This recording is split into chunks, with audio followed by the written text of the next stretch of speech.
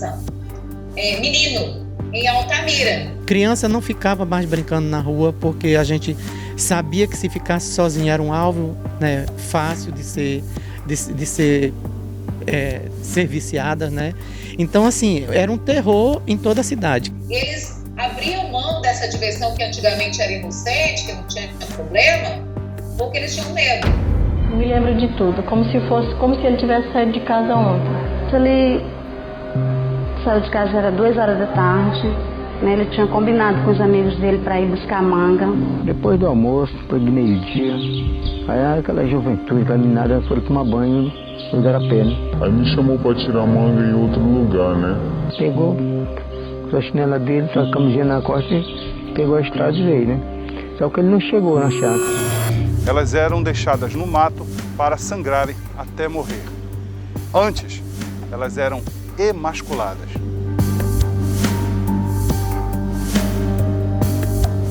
Emasculação é a retirada por completo da genitália, pênis, a bolsa e o conteúdo da bolsa. Por que mataram? O que é que essas crianças fez com esses caras para eles chegarem e fazer isso com eles? Altamira começou a ir às ruas e perguntar quem teria assassinado suas crianças. Ao mesmo tempo, por quê? À medida que foi avançando no 3º ou 4º, se fez a ligação de um serial killer.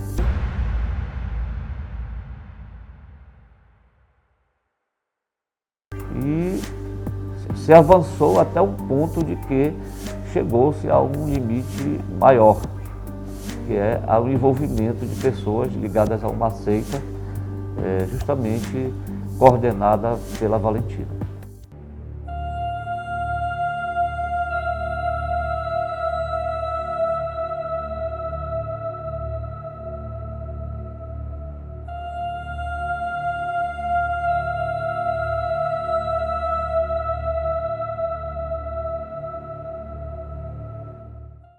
Primeiro que não é uma seita, né? Isso não é uma seita, isso é um credo que eles fazem. Toda religião, ela quando enlouquece, ela passa a ser fanática. Então o fanatismo ele leva você a fazer coisas que no nível da racionalidade você não faria. A gaúcha Valentina de Andrade é a principal acusada. Valentina é fundadora do grupo LUZ, sigla em espanhol para Alinhamento Universal Superior. O grupo é acusado de promover sacrifícios humanos para manter contatos extraterrestres. A Valentina de Andrade, respondendo a tua pergunta, ela me parecia sempre uma pessoa meio, assim, fora desse mundo, uma pessoa que estava vivendo em outro... Uma mulher doida. Amailton, José Amadeu, Carlos Alberto, Césio, Aldenor e Valentina, no banco dos réus, num dos julgamentos mais longos da história do judiciário brasileiro. E a reviravolta no caso? Um homem aparece no Maranhão dizendo: fui eu quem matou os meninos de Altamira.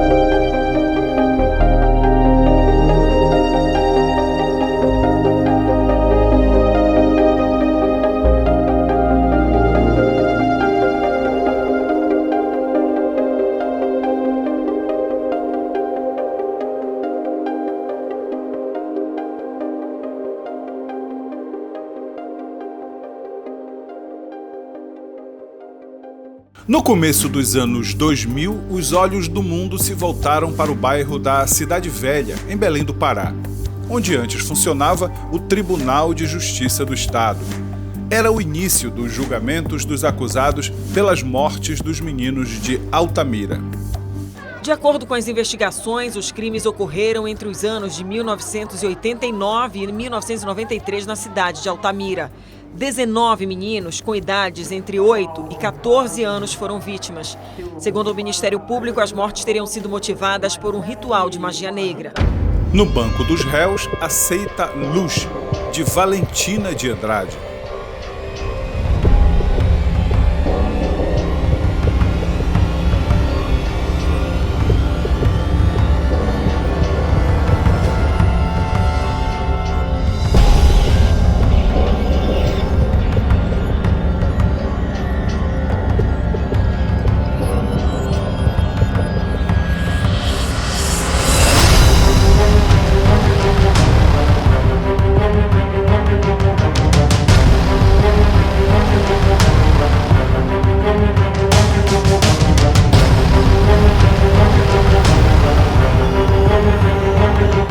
Essa demora, né?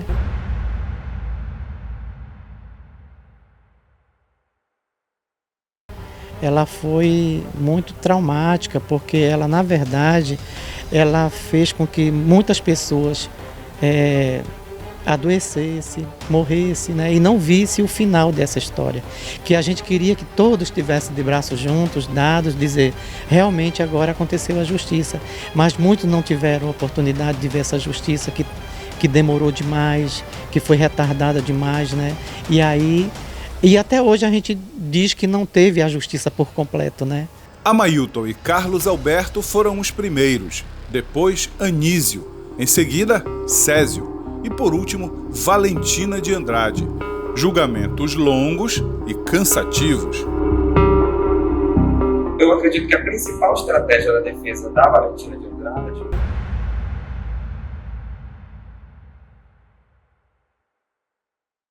foi justamente trazer elementos de um outro processo, e esses elementos de outro processo acabou tornando esse julgamento bastante demorado, que não ocorreu com os outros acusados. Os outros acusados tiveram julgamento de 2 dias. Então, foi como geralmente ocorrem os julgamentos naturalmente, 2, 3 dias. O dela não. Então, na época, existia um dispositivo do Código de Processo Penal que permitia que a defesa trouxesse a leitura na íntegra de documentos. Então, essa foi a principal estratégia do Dr. Davidon, que é foi o advogado dela, junto com o Dr. Arnaldo Bussato, também de Curitiba. Então, a estratégia principal deles dois foi tornar o julgamento mais demorado com a leitura de documentos e, com isso, ganhar tempo para conseguir as estratégias naturais que nós, advogados, necessitamos dentro de um tribunal do júri. Numa rápida entrevista, Valentina voltou a jurar inocência. Serei absolvida porque sou inocente. Vocês sabem disso. Como que a senhora está conseguindo enfrentar esse julgamento, senhora Valentina? Com muita tristeza, com muita angústia, com muito desespero, com muita dor, não somente por mim, mas por toda a maldade que a imprensa, com exceção, está fazendo contra mim. A senhora nunca orientou seus seguidores a matarem crianças? O que o senhor acha? Não me faça essa pergunta porque ela é cretina. Ela é cretina. O advogado criminalista Rubens Pena Júnior se dedica há quase 10 anos ao caso dos emasculados de Altamira. O assunto é tema de sua tese de mestrado. Nesse tempo, reuniu centenas de fotos e documentos relacionados à emasculação e morte dos meninos. É inegável quando você lê o processo criminal sobre o caso dos meninos emasculados, você percebe diversas violações e nulidades. Então houveram falhas. As falhas que houveram no processo, elas estão relacionadas à ausência de investigação, né? Existiam determinadas pessoas que poderiam falar sobre os fatos, mas não eram intimadas, ou não há no processo, não constam intimações dessas pessoas, ou seja, elas não eram trazidas a juízo para falar sobre a ação. Então, isso tornou um processo bastante falho, no sentido de que não havia robusteza nas provas que estavam sendo levantadas.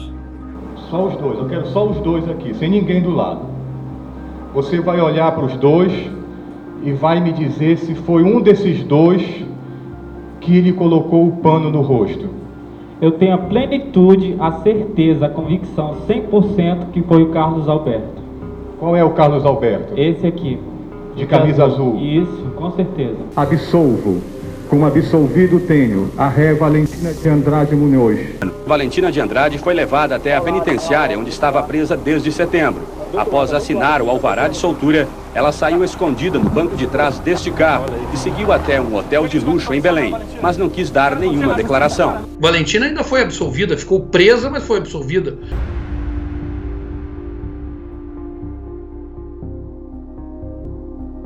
No entanto, o doutor Césio, o doutor Brandão, que faleceu no cárcere por acusações que não eram acusações só de ter matado alguém, eram acusações de ter pacto com o Satanás, de matar crianças e entregar o sangue, emascular essas crianças e entregar ao Satanás. O Estado do Pará tem que ser responsabilizado por isso. Veja, isso nunca passou, né? Isso são chagas abertas, que sangram muito. Isso acabou com a vida dela, isso destruiu a vida daquela mulher, destruiu a vida dos filhos, destruiu a vida dos filhos dos filhos. Isso são coisas que não se apagam. E ela ainda é uma mulher muito forte, uma mulher de muita fibra, que se mantém aí sempre e há muitos anos sob medicação intensa e forte, mas esse trauma ninguém vai tirar dela. O julgamento de Valentina de Andrade havia terminado, mas estava longe de ser concluído. O que aconteceu no salão do Tribunal do Júri, todo mundo viu. Na sala do júri, estratégias da defesa para alongar o julgamento, previsto inicialmente para terminar no domingo. Houve bate-boca depois que a defesa discordou de um pedido do juiz para acelerar o julgamento. Um dos momentos mais importantes do depoimento foi quando a professora disse que o livro não ensina ninguém a emascular. É a mesma coisa que destacar uma frase do Saramago e dizer que ele a mesma ele coisa. fundou uma seita satânica. Porque a criança, volto a repetir, é violenta. Tinham símbolos no chão, velas acesas, ou seja, tudo pronto para que fosse ter um ritual. É uma acusação falsa e criminosa. Os seus seguidores a matarem crianças? O que o senhor acha? Não me faça essa pergunta porque ela é cretina. Ela é cretina. Absolvo, como absolvido tenho, a ré Valentina de Andrade Munhoz.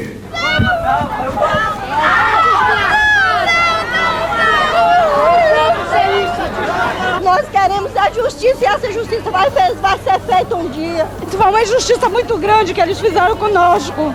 Sempre fica a sensação de impunidade. Mas e os bastidores? A Polícia Federal e a Polícia Civil do Pará vão investigar os jurados e os oficiais de justiça que participaram do julgamento que absolveu Valentina de Andrade. Ela foi acusada de ser líder de uma seita que mandava mutilar e matar crianças. A abertura de inquérito foi pedida hoje pela comissão formada por representantes da Procuradoria da República e o Ministério da Justiça. Eles sugerem também que o Ministério Público do Pará peça a quebra dos sigilos bancário e telefônico dos jurados. Segundo a comissão que acompanhou o julgamento de Valentina de Andrade, existem suspeitas de que os jurados receberam telefonemas e visitas no hotel onde estavam hospedados em Belém. Por isso, foi pedido que a Polícia Federal investigue o caso. Os 7 jurados vão ser chamados para prestar depoimento e podem ter o sigilo bancário e telefônico quebrados. Foi quebrada a incomunicabilidade? A senhora recebeu o telefonema no hotel? Dá licença, meu filho, por favor. É difícil você passar 17 dias sem se comunicar com um membro da sua família, uma mulher, com um filho, para saber como está na sua casa. Isso pode? Então, o que os jurados fizeram? Segundo consta, eles telefonaram para membros da sua família para saber como estava a família, como estava o filho, como estava a mulher. Isso, a meu ver, não é quebra de incomunicabilidade. A quebra de incomunicabilidade, ela é caracterizada quando há um comentário sobre o processo. Nenhum jurado, nenhum oficial de justiça, ninguém foi corrompido, ninguém recebeu dinheiro.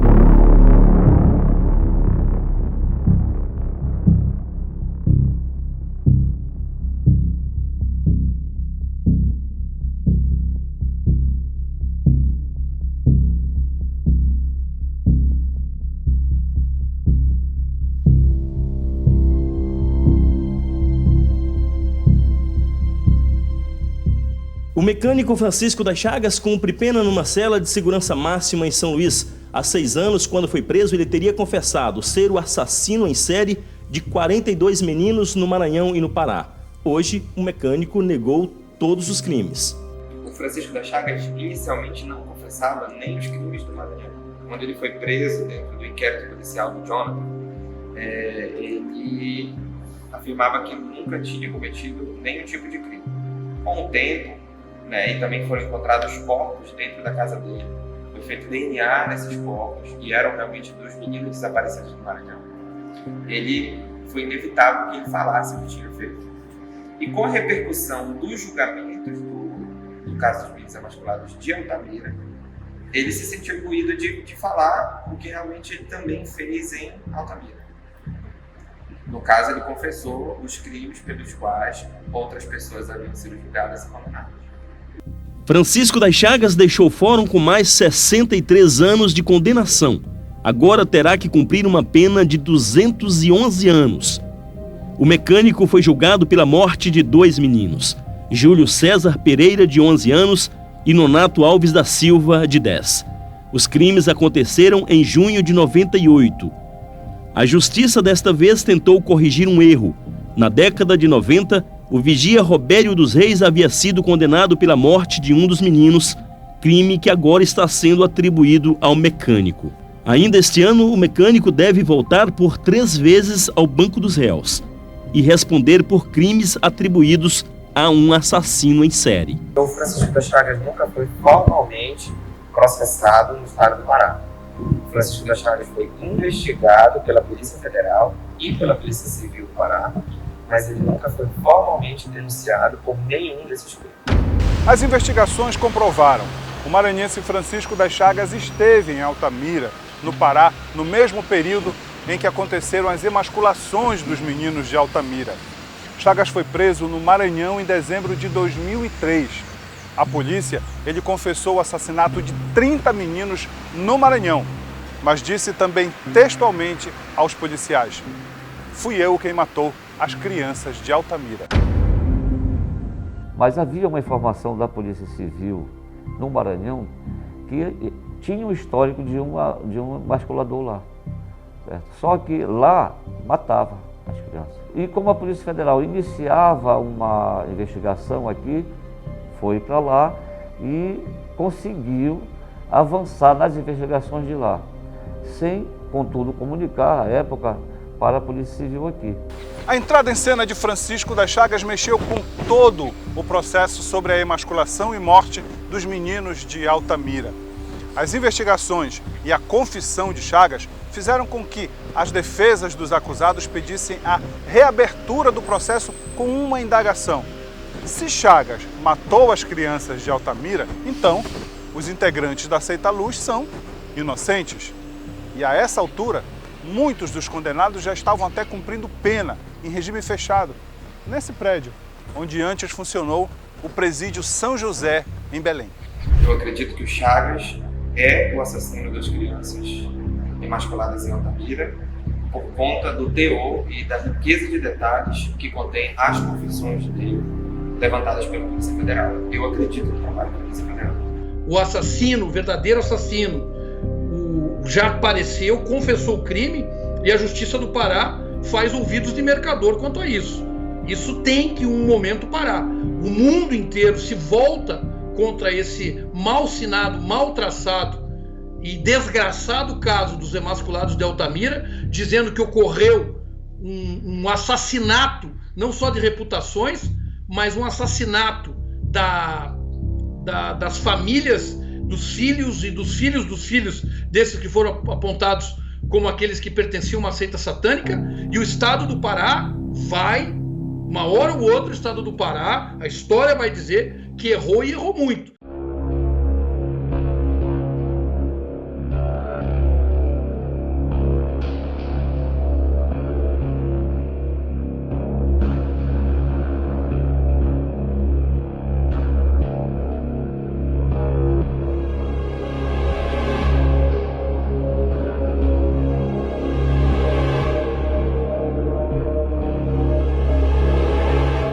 Entramos em contato com Césio Brandão, em Vitória, no Espírito Santo. Via WhatsApp, ele nos mandou a seguinte mensagem: eu passei décadas lutando de todas as formas possíveis para ter a minha voz ouvida. Já comentei e me manifestei incontáveis vezes. Fui questionado em juízo e fora dele, e sempre mantive meu posicionamento e minha consciência tranquila. Eu nunca vou desistir de declarar a minha inocência, mas irei fazê-lo no meu tempo e à minha maneira.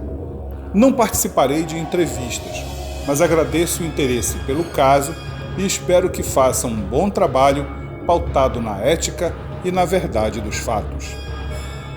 20 anos de injustiça que ocorrem dia após dia, hora após hora, minuto após minuto, segundo após segundo. Nós temos pessoas presas injustamente, criminosamente, por esse erro judiciário que algumas autoridades insistem em manter no estado do Pará. Nós temos a consciência tranquila que laboramos no sentido de fazer a justiça e não de justiçar pessoas, porque a função da Polícia Judiciária é esta, levantar dados. Nós não investigamos pessoas simplesmente, investigamos os fatos para que a justiça se pronuncie. E se ela levou até o tribunal é porque deu crédito nas investigações enceitadas pela polícia. Pode passar o tempo que passar, a gente nunca vai esquecer.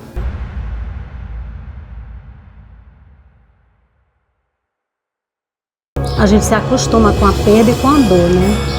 Mas esquecer mesmo, jamais.